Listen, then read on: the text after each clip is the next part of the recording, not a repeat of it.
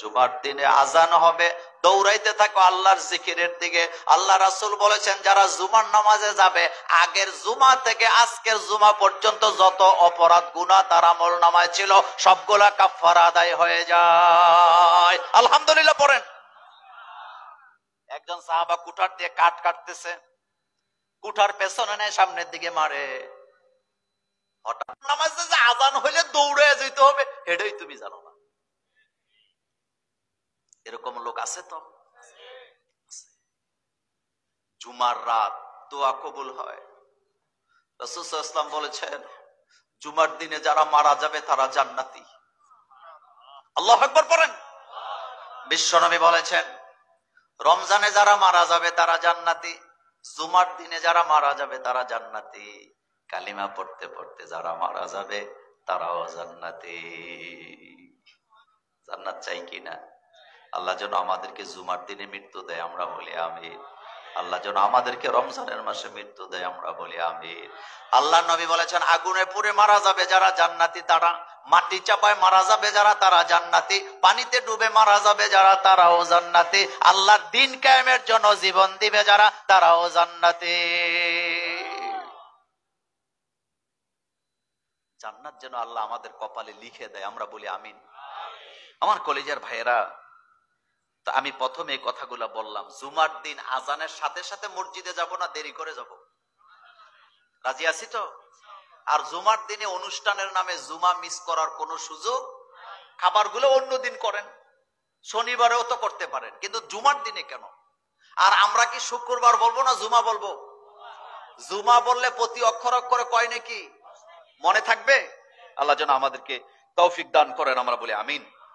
আসেন আমি আজকে সূরাতুল আল ইমরানের 26 এবং 27 নম্বর আয়াত থেকে আমরা আলোচনা শুনবো ইনশাআল্লাহ। আচ্ছা বলেন তো, রাজত্ব কার? কোন সন্দেহ আছে? ইজ্জত কে দেয়? ইজ্জত ছিনায় আনে কে? ইজ্জত দিলে ইজ্জত কমে না বাড়ে? একটা সময় ছিল বাসে উঠলে যুবকেরা মুরব্বীদেরকে দেখলে সিটটা ছেড়ে দিত, তার কাছে লজ্জা লাগতো, সিটটার মধ্যে বসে থাকা যাবে না, মুরব্বী বাপের মতো দাদার মতো মানুষ উঠছে। আর বর্তমানের যুবকেরা বাসে উইটা যখন মুরব্বী দেখে দাঁড়ায় আছে, এতে মুরব্বীর দিকে তাকায় না, যদি সিটটা দেওয়া লাগে এতে মোবাইলের দিকে এমন ভাবে তাকায় থাকে মনে হয় যেন এতে প্রতিবন্ধী। এমন যুবক আপনাদের এলাকায় নাই? একটা সময় ছিল চাচা জেঠারা যেই রাস্তায় দাঁড়ায় থাকতো বাতি যারা ওই রাস্তা দিয়ে হাঁটতো না, আর এখন চাচার সামনে বাতি, চাচার সামনে জেঠার সামনে বাতি যারা দাঁড়ায় দাঁড়ায় সিগারেট টানে, এমন বেয়াদব আছে না নাই? ইজ্জত দিলে ইজ্জত বাড়ে না কমে? বলেন। একটা সময় ছিল রাস্তার মধ্যে মায়েরা বোনেরা যখন কোন মুরব্বী দেখতো রাস্তার পাশে দাঁড়ায় থাকতো, মুরব্বীরা যাওয়ার পরে তারা যাইতো। আর এখনকার মহিলারা বাজার কইরা অটো রিকশার সামনে বৈশা বাজারের ব্যাগ নিয়ে বাড়িতে যায়, এমন মহিলা আমাদের বাংলাদেশে না। ইজ্জত আছে না গেছে? আরো জোরে বলেন। এই জন্য বরকত, বরকত। আগের দিনের মায়েরা দাদিরা আঙ্গুলের সমান সীসা দিয়ে তেলাই না এক বাজার থেকে আরেক বাজার চালাইছে, আর এখন 5 লিটার দিলে 2 দিন পরে কয় শেষ। কথা সত্য না মিথ্যা? তাহলে ইজ্জত গেছে, বরকত গেছে।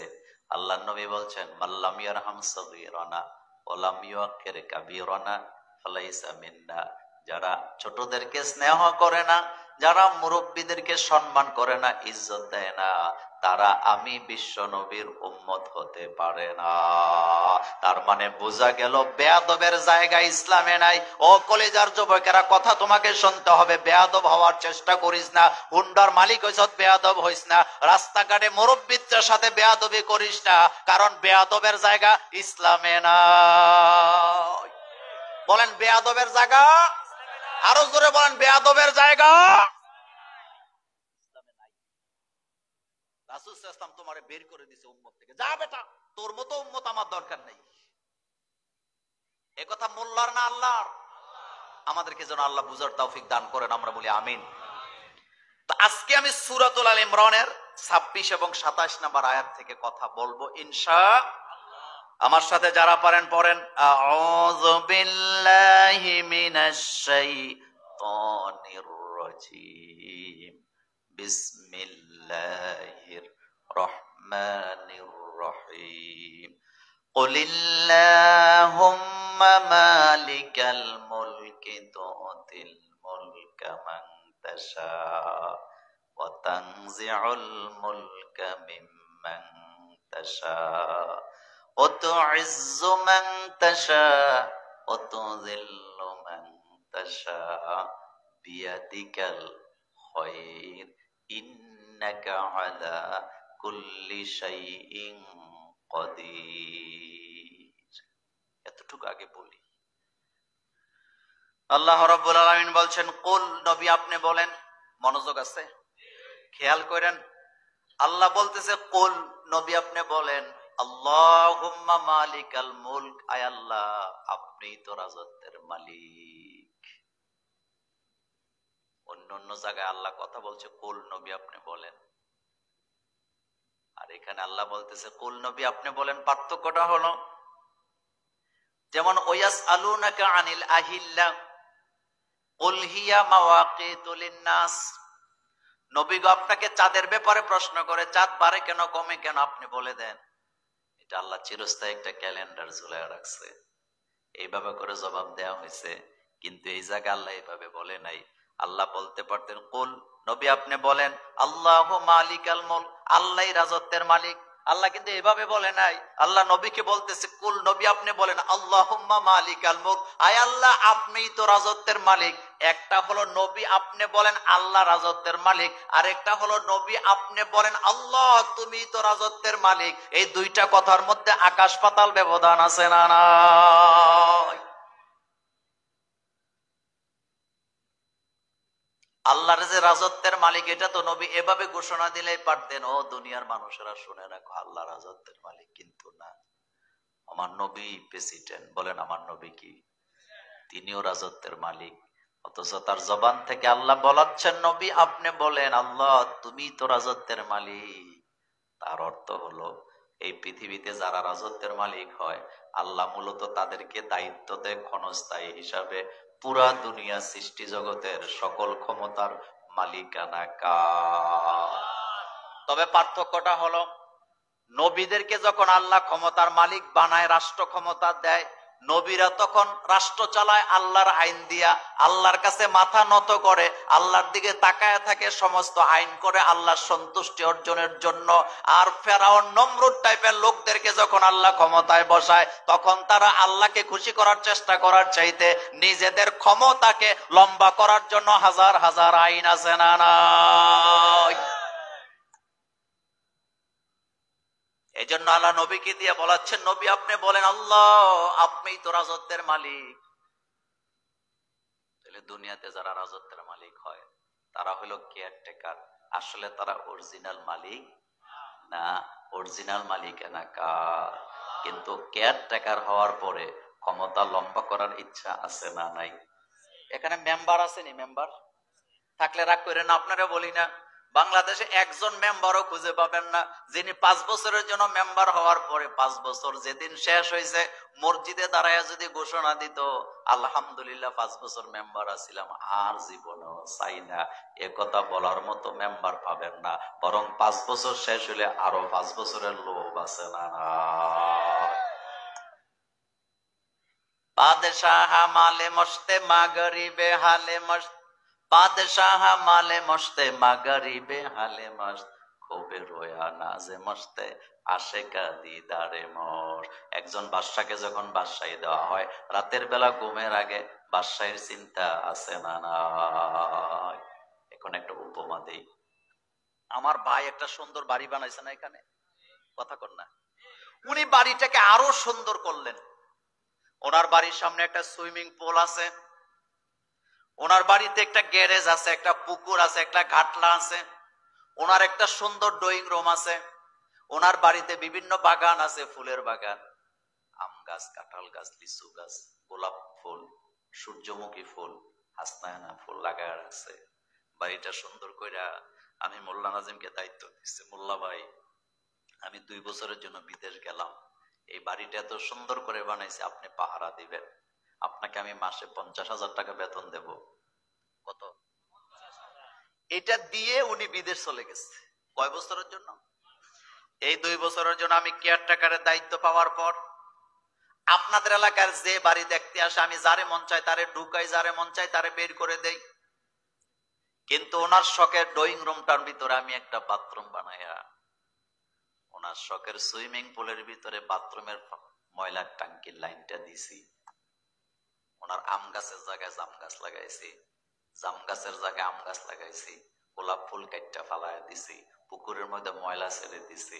উনি যখন 2 বছর পরে আসবে আমারে রাখবে না, বের করে দিবে। আস্তে কয়, ইজ্জত দিও না বেজ্জতি কইরা। আরো জোরে বলেন, এই সৃষ্টি জগতের রাজত্ব কার? রাজত্ব আল্লাহ দেয় কেয়ারটেকার হিসাবে। আল্লাহ রাজত্ব দিয়া পরীক্ষা করে। রাজত্বের মালিক মূলত যারা সরকার প্রধান তারা হয় নাই, আসল মালিক তো আল্লাহ।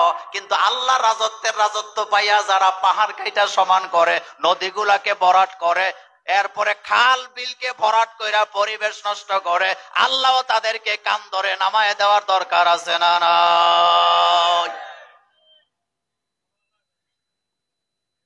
আপনারা যারা মুরব্বী আছেন, খাল আগের দিনে খালগুলা পরিষ্কার ছিল না অপরিষ্কার ছিল? এখন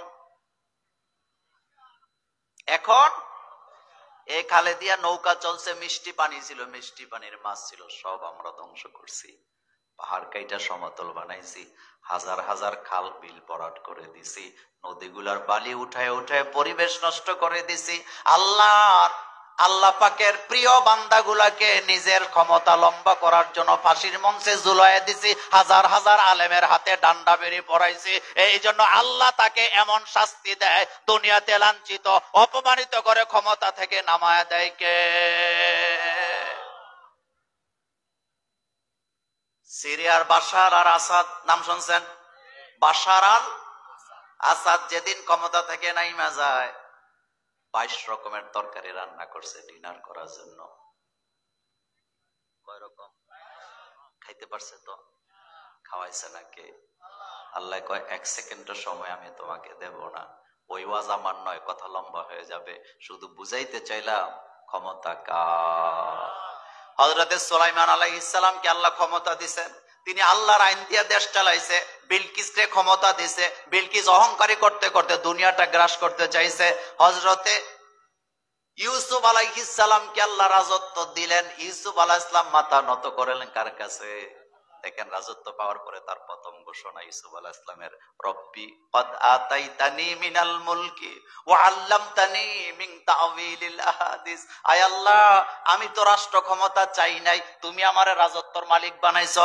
রাজত্ব কেমনে চালাইতে হয় আমি জানতাম না, তুমি আল্লাহ আমাকে শিক্ষা দিয়েছো। তাইলে বোঝা গেল যেই আল্লাহ জিকির শিখায়, নামাজ শিখায়, তাসবিহ শিখায়, সেই আল্লাহ আবার তার গোলামদেরকে রাষ্ট্র পরিচালনাও শিখায়। এ কথাকে মোল্লার না আল্লাহর? হযরত ইউসুফ আলাইহিস সালাম প্রেসিডেন্ট ছিলেন, এ কথা সত্য না মিথ্যা? কিন্তু প্রেসিডেন্ট হওয়ার পরে বলতেছে রব্বি কদ আতাইতানি মিনাল মুলকি, আয় আল্লাহ আপনি আমারে রাজত্ব দিয়েছেন, আমি তো রাজত্ব চাই নাই। ওয়া আল্লামতানি মিন তাওয়িলিল আহাদিস, রাজত্ব কেমনে চালাইতো আমি তো জানতাম না, আপনি আমারে শিখাইছেন। তাহলে বোঝা গেল রাজত্ব চালানো শিখায় কে? হযরতে সুলাইমান আলাইহিস সালাম সারা দুনিয়া শাসন করে, সুবহানাল্লাহ পড়েন। শুধু শামের একটা অংশ ছাড়া, যে শামের রাজত্বে ছিলেন তখনকার সময় বিলকিস, কিন্তু সুলাইমান আলাইহিস সালাম জানতেন না। সুলাইমান আইন মানে কার? এই পৃথিবীতে শাসকদের মধ্যে সর্বপ্রথম আকাশ পথে ভ্রমণ করছেন হযরত সুলাইমান আলাইহিস সালাম। সুবহানাল্লাহ বাইজে কই না? কিন্তু কোন ইঞ্জিনওয়ালা জাহাজ তখ্ত ছিল। সুবহানাল্লাহ। কি ছিল? জাহাজ গাড়ি হাওয়ায় চলে, কলের বিধান, বিনা কলে হাওয়ায় চলে তখ্ত সুলাইমান, মোরা সেই মুসলমান। ও মুসলমান বাবারা, ভাইয়েরা, কান পেতে শুনে যাও, মুসলমানদের ইতিহাস বড় গৌরবের ইতিহাস। এই ভারতবর্ষ মূলত হিন্দুরা সাজায় নাই, ভারতবর্ষ সাজাইছে মূলত মুসলমানেরা। ভারত যেই জিনিসগুলা নিয়ে অহংকার করে সারা পৃথিবীর বুকে, প্রত্যেকটা জিনিস মুসলমানের হাতে তৈরি করা। তাজমহল হিন্দুরা বানাইছে না মুসলমানেরা? আসতে কইছেন, কে বানাইছে? কুতুব মিনার কে বানাইছে? লাল কেল্লা, লাল কেল্লা, যে লাল কেল্লার ভিতরে ভারতের স্বাধীনতা দিবসের অনুষ্ঠান হয়, প্রধানমন্ত্রী সেখানে দাঁড়ায় দাঁড়ায় বক্তৃতা দেয়। এই লাল কেল্লার প্রত্যেকটা ইট মুসলমানের হাতের তৈরি করা।